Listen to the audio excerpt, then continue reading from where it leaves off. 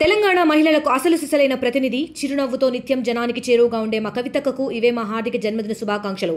మీ అభిలాష్ గౌడ్, కూకట్పల్లి. మనకు ITD ప్రెమిసెస్లో 2010లోనే tribal museum opening చేసుకుని ఉన్నారు.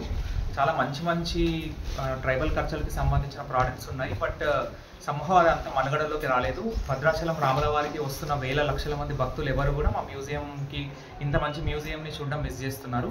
సో ఆ ట్రెడిషనల్ మ్యూజియంకి కొద్దిగా మోడ్రన్ ఫీచర్స్ మిక్స్ చేసి ఒక కొత్త అనుభూతి వచ్చిన పర్యాటకులకు ఇవ్వాలన్న ఉద్దేశంతో ట్రైబల్ మ్యూజియం యొక్క రివ్యాంప్ చేశాము.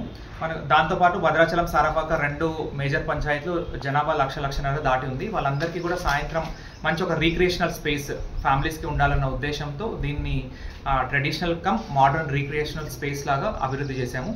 దీంట్లో మనము చిన్నపిల్లలకు బోటింగ్ ఉంటుంది, బ్యాడ్మింటన్ కోర్ట్ ఉంది, బీచ్ వాలీబాల్ ఉంది, బాక్స్ క్రికెట్ ఉంది, ఆర్చరీ ఉంది.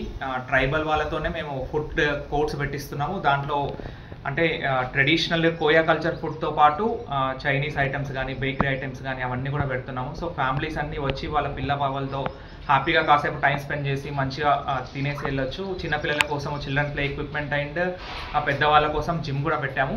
ప్లస్ 2 బ్యాంబో హౌసెస్, ఒక మడ్ హౌస్ కూడా కట్టించాము. ఆ బ్యాంబో హౌస్ ఒక దాంట్లో ఒక 100 ఏళ్ల కింద, 150 సంవత్సరాల కింద ఒక మారుమూల ప్రాంతంలో ఒక ట్రెడిషనల్ ట్రైబల్ హౌస్ ఎట్లా ఉండే అన్న కాన్సెప్ట్తో దాన్ని రెడీ చేశాము. ఇంకొక బ్యాంబో హౌస్లో మేము మా ట్రైబల్ ఐటీడీఏ పరిధిలో తయారు చేస్తున్న అన్ని రకాల ప్రోడక్ట్స్కి కూడా అక్కడ సేల్కి పెడతాము. దాంతోపాటు మడ్ హౌస్ కట్టాము. అంటే పాతకాలంలో మట్టి ఇల్లు ఎంత చల్లగా ఉండేవి, కూర్చొని తింటే ఎంత బాగుండేది.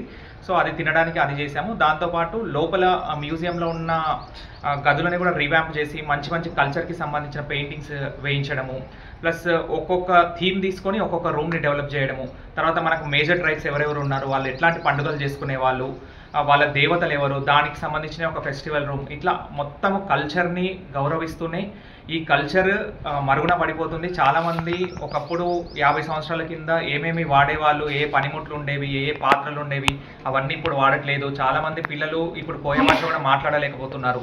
సో ఇవన్నీ కూడా నెక్స్ట్ 100 సంవత్సరాల వరకు కూడా మా మ్యూజియం వచ్చిన వాళ్ళందరికీ కూడా ఈ కల్చర్ గుర్తుండాలి అన్న ఉద్దేశము.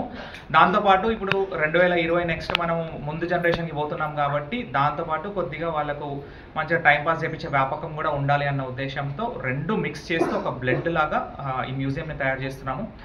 అతి త్వరలో అంటే మ్యాక్సిమం శ్రీరామనవమి టైంకి రెడీ చేసి హానరబుల్ మినిస్టర్స్ కానీ అప్పుడు ఎవరు మాకు అందుబాటులో ఉంటే వాళ్ళతో ఇనాగ్రేట్ చేసుకుంటాం. మరిన్ని వీడియోస్ కోసం ఛానల్ ని సబ్స్క్రైబ్ చేయండి. లేటెస్ట్ అప్డేట్స్ కోసం వాట్సాప్ ఛానల్ ని ఫాలో అవ్వండి. ఆ లింక్ డిస్క్రిప్షన్ లో ఉంది.